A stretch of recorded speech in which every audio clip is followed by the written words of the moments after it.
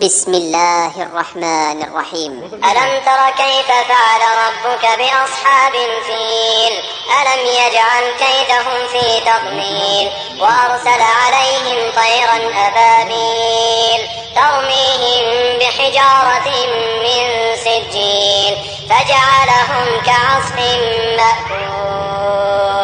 بسم الله الرحمن الرحيم. لإيلاف قريش إيلافهم رحلة الشتاء والصيف فليعبدوا رب هذا البيت الذي أطعمهم من جوع وآمنهم من خوف.